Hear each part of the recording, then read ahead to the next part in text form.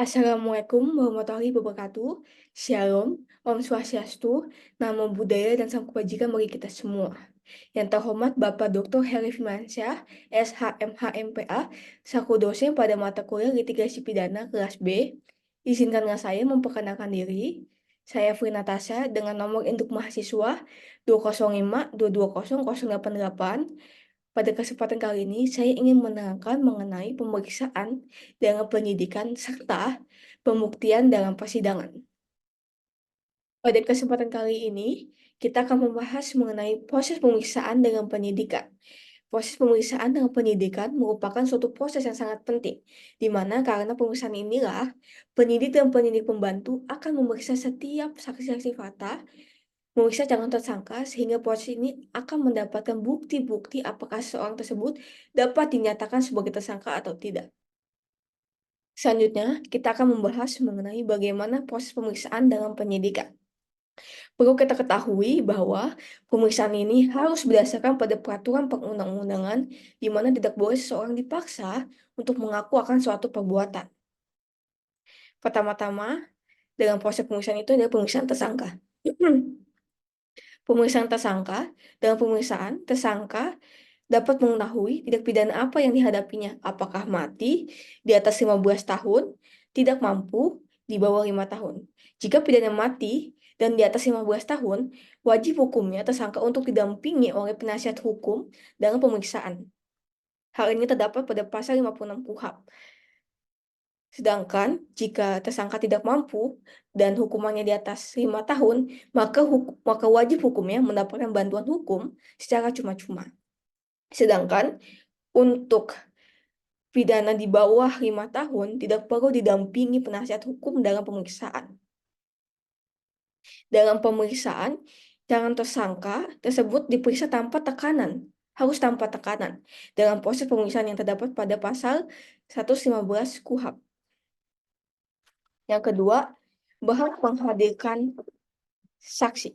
Dalam pemeriksaan tersangka, tersangka berhak menghadirkan saksi yang meringankan tersangka, di mana tidak boleh ditolak oleh penyidik, yang dimana diatur dalam pasal 116 ayat 3. Saksi tersebut adalah saksi fakta atau saksi ahli. Setelah itu, keterangan tersangka dicatat dalam berita acara pemeriksaan atau yang bisa disebut dengan BAP. Selanjutnya adalah proses pemeriksaan saksi. Yang pertama, tidak disumpah. Pada pemeriksaan saksi pasal 116 ayat 1 KUHP menyatakan bahwasannya saksi diperiksa dengan tidak disumpah. Jadi saksi tidak ada kewajiban untuk disumpah atas keterangannya dalam proses penyidikan. Karena keterangan saksi yang benar itu yang akan disampaikan dalam persidangan. Terdapat pengecualian apakah dalam hal ini saksi tidak bisa hadir dalam persidangan.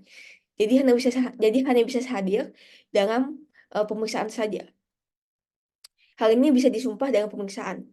Seperti contoh, jika saksi merupakan anggota TNI yang harus pergi ke luar negeri karena tugas negara. Yang kedua, pemeriksaan tanpa tekanan. Pemeriksaan tanpa tekanan secara tersendiri dan tatap muka dalam pasal 119 ayat 2 menyatakan saksi diperiksa secara sendiri-sendiri, tetapi boleh dipertemukan dengan saksi lain, dan wajib memberikan keterangan yang benar. Saksi dipertemukan satu sama lain ini merupakan berita acara pemeriksaan konfrontir.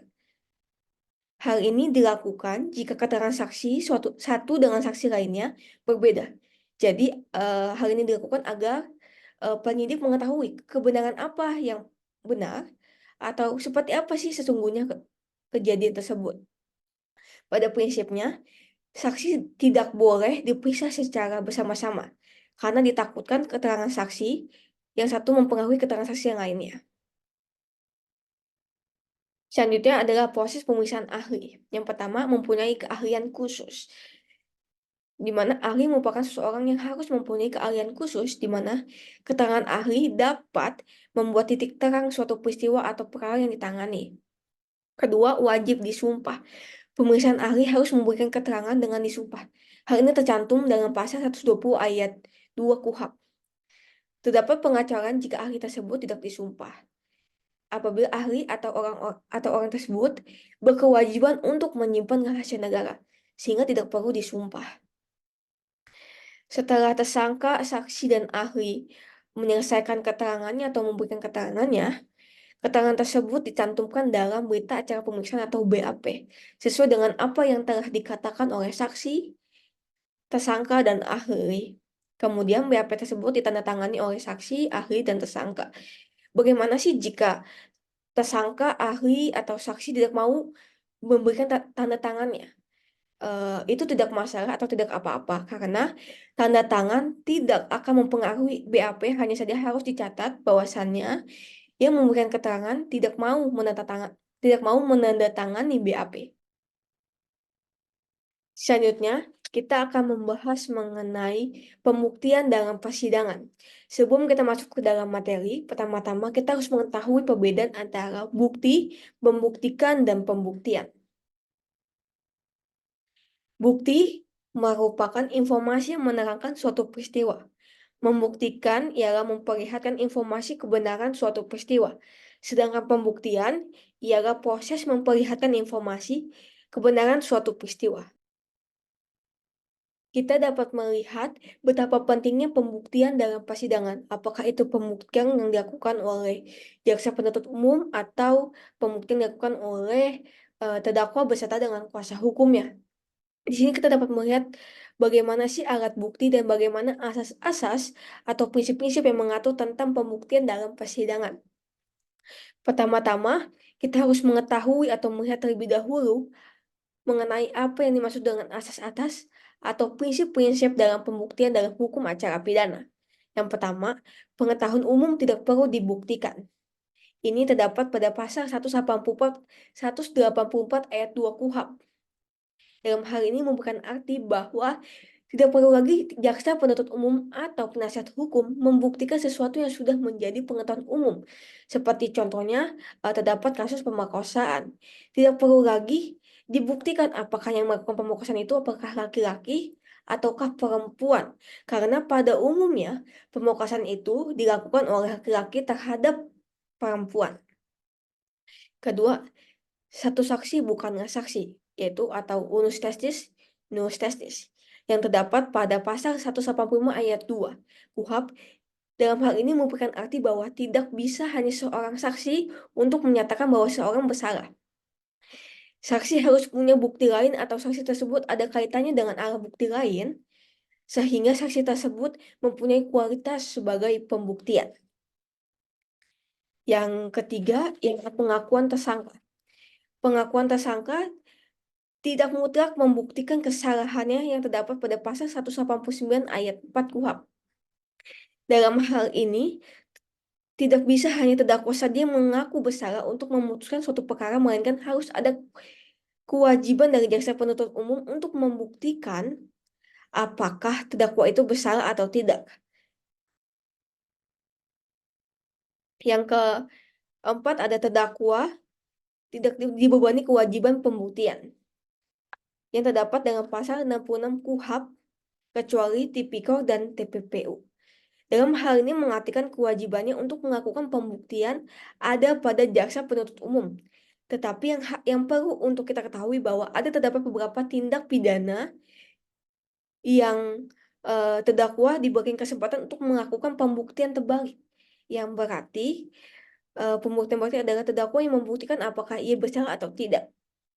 Contohnya seperti tipikor yang diatur dalam UU Tipikor dan juga TPPU yang diatur dalam Undang-Undang Tindak Pidana Pencucian Uang. Selanjutnya kita akan membahas mengenai sistem pembuktian dalam hukum acara pidana di Indonesia. Yang pertama, pembuktian coefficient injudge. Dalam hal ini, apa yang dimaksud dengan coefficient injudge? Di mana untuk membuktikan didasarkan pada keyakinan hakim. Jadi berdasarkan keyakinan hakim sajalah terdakwa dapat dikatakan bersalah. Yang kedua, pembuktian positif retorik, yang dimana pembuktian ini berdasarkan ketentuan hukum formil. Jadi hakim tidak boleh memutuskan berdasarkan keyakinannya saja, melainkan harus berdasarkan kepada alat-alat bukti yang ada dan ketentuan-ketentuan mengenai alat-alat bukti yang ada. Yang ketiga, pembuktian la conviction ratione, yang dimana dalam hal ini hakim dalam melakukan pemutusan berdasarkan alat bukti yang ada harus bersikap rasional. Rasional yang berarti hakim dalam memutuskan ada dasar-dasar yang kuat. Jadi tidak boleh berdasarkan keyakinannya saja, melainkan harus juga rasional, berdasarkan dasar yang kuat untuk memutuskan apakah seseorang tersebut melakukan tindak pidana atau tidak. Yang keempat, pembuktian negatif preterit, di mana pembuktian negatif dasar ini pembuktian yang bahwasannya pemilik ini menggunakan pembuktian undang-undang atau yang didasarkan kepada peraturan perundang-undangan. Peraturan perundang-undangan ini dapat kita lihat di dalam pasal 183 KUHP bahwa hakim tidak boleh menjatuhkan pidana kepada seseorang kecuali apabila dengan sekurang-kurangnya 2 alat bukti yang sah dan memperoleh keyakinan suatu tindak pidana terjadi. Jadi konteksnya ialah tidak boleh hanya berdasarkan pada keyakinan saja, melainkan juga berdasarkan pada undang-undang, yaitu eh, hakim memutuskan suatu perkara bukan hanya sekedar keyakinan saja, melainkan berdasarkan pada batasan minimal 2 alat bukti. Inilah sistem pembuktian yang terjadi. Dan di Indonesia sendiri pembuktian berdasarkan negatif preteris dasar atau pembuktian berdasarkan undang-undang yang didasarkan pada minimum 2 alat bukti beserta keyakinan hakim. Sekarang kita akan melihat bagaimana alat-alat bukti yang diatur dalam KUHP yang dapat membuktikan di persidangan seseorang itu melakukan tindak pidana atau tidak melakukan suatu tindak pidana. Kita lihat dalam pasal 184 KUHP, alat-alat bukti terdiri dari keterangan saksi, keterangan ahli, surat, dan petunjuk. Keterangan saksi dalam pasal 185. Saksi dalam pasal 185 ayat 1 KUHP ialah alat bukti yang disampaikan di depan pengadilan atau persidangan. Selanjutnya ada terdapat beberapa ciri kualitas saksi. Yang pertama, minimum 2 orang saksi di dalam persidangan. Minimum dua orang saksi disampaikan dalam persidangan untuk bisa dikatakan saksi tersebut mempunyai kualitas sebagai saksi. Boleh nggak sih hanya 1 saksi? Boleh. Tapi harus dibantu dengan alat bukti yang lain yang terkait dengan perbuatan tersebut. Yang kedua, saksi tersebut harus saksi auditu, yang dimana saksi tersebut yang melihat sendiri, yang mendengar, dan saksi yang mengalami sendiri, seperti contoh, seorang melihat sendiri adanya kejadian pencurian. Saksi yang mendengar sendiri bahwa adanya rencana pembunuhan. Dan saksi yang mengalami sendiri pencurian. Jadi, tidak bisa dikatakan saksi jika saksi diauditu. Di mana saksi diauditu ialah saksi yang mendengarkan dari orang lain atau tidak tahu namun menyampaikan opininya. Yang ketiga, saksi harus disumpah. Jadi saksi tidak disumpah sebelum ia menggunakan keterangannya. Saksi tersebut tidak mempunyai kualitas sebagai saksi, kecuali saksi yang tidak mempunyai kualitas sebagai saksi karena dia memiliki hubungan saudara semenda hingga derajat ketiga dengan terdakwa, serta saksi yang dapat dibebaskan untuk menjadi saksi karena menyimpan rahasia jabatan, seperti contohnya seorang yang menyimpan rahasia negara dalam bidang kemiliteran. Yang keempat, circumstances evidence, yaitu keterangan saksi saling berkaitan dengan saksi lainnya. Dan kelima, yaitu adalah saksi dilarang mempengaruhi saksi lain. Saksi yang berada dalam persidangan tidak boleh duduk bersamaan dengan saksi lain, atau saling bersengkrama atau saling berbicara dengan para saksi. Selanjutnya mengenai keterangan ahli yang terdapat pada pasal 186. Bahwa ahli adalah seseorang yang dimintakan untuk memberikan keterangan yang sehubungan dengan keahliannya. Terdapat 2 cara mengetahui ahli tersebut, karena dia ahli pendidikan formal, sudah mendapat gelar profesor, doktor, maupun sudah menyelesaikan S3-nya. Ataupun ahli karena sudah mempunyai pengalaman yang mumpuni, walaupun tidak mempunyai gelar. Yang kedua, memiliki keahlian khusus. Ahli dalam menyampaikan keterangannya harus memiliki keahlian khusus atau harus memiliki pengetahuan terhadap suatu tindak pidana yang ia sampaikan opininya. Yang ketiga, keterangan harus diberikan menurut pengetahuan dengan sebaik-baiknya. Seseorang ahli tidak boleh memberikan keterangan dipengaruhi oleh orang lain, melainkan murni pengetahuannya yang dimilikinya, dan hal ini tidak boleh dipersalahkan. Dan yang terakhir, ahli harus disumpah yang terdapat pada pasal 161 KUHP bahwa menghadirkan seorang ahli di dalam persidangan harusnya disumpah. Seperti keterangan saksi bahwa ahli dalam menyampaikan keterangannya juga harus disumpah untuk memasuki kualifikasi dalam pembuktian. Selanjutnya ialah surat yang terdapat pada pasal 187 KUHP. Dibuat di atas atau dikuatkan di atas sumpah. Semua surat yang dijadikan alat bukti dapat dikatakan menjadi alat bukti yang sah apabila dibuat di atas sumpah. Jika dibuat di atas sumpah karena jabatannya. Yang kedua, dibuat atau dihadapkan oleh pejabat yang berwenang. Yang bisa disebut dengan alat bukti autentik atau dokumen autentik. Itu bisa menjadi alat bukti yang sah di persidangan. Ketiga, dibuat berdasarkan undang-undang. Dibuat oleh pejabat berdasarkan ketentuan yang diatur oleh undang-undang seperti akta lahir, KTP, KK, dan sebagainya. Surat dari ahli. Surat-surat yang terakhir adalah surat-surat lainnya yang berkaitan dengan alat bukti lain. Surat-surat yang tidak dibuat oleh undang-undang namun berkaitan dengan alat bukti lain seperti keterangan saksi. Selanjutnya mengenai petunjuk yang terdapat pada pasal 188 KUHP. Yang pertama, persesuaian dengan keadaan dan bukti. Jadi petunjuk itu harus disesuaikan dengan keadaan dan alat bukti yang tersedia atau bukti-bukti yang ada. Yang kedua, berasal dari keterangan saksi, surat, dan keterangan terdakwa. Petunjuk tidak bisa diambil dari keterangan ahli karena ahli merupakan keterangan yang beropini. Jadi hakim, jaksa, dan pengacara dapat mengambil petunjuk dari keterangan saksi, surat, keterangan terdakwa. Keterangan terdakwa yang terdapat pada pasal 189 KUHP. Yang pertama, disampaikan di dalam persidangan. Jadi, keterangan terdakwa hanya berlaku yang disampaikan di dalam persidangan. Yang kedua, keterangan yang diketahui dan dialami sendiri. Jadi, terdakwa harus menyampaikan keterangan dengan apa yang ia ketahui dan apa yang ia alami sendiri. Yang ketiga, digunakan untuk dirinya sendiri. Keterangan terdakwa tidak dapat digunakan untuk orang lain, melainkan hanya untuk dirinya sendiri. Seperti contoh, keterangan terdakwa membunuh bersama dengan B.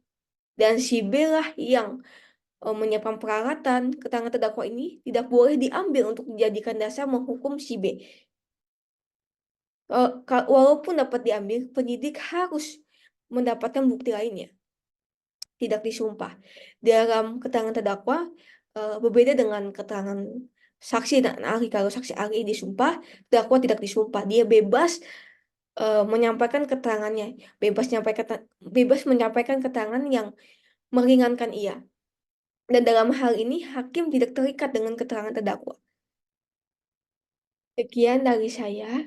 Apabila ada kesalahan kata maupun perilaku, saya memohon maaf. Wassalamualaikum warahmatullahi wabarakatuh. Shalom, Om Swastiastu, Namo Buddhaya, dan Salam Kebajikan bagi kita semua. Terima kasih.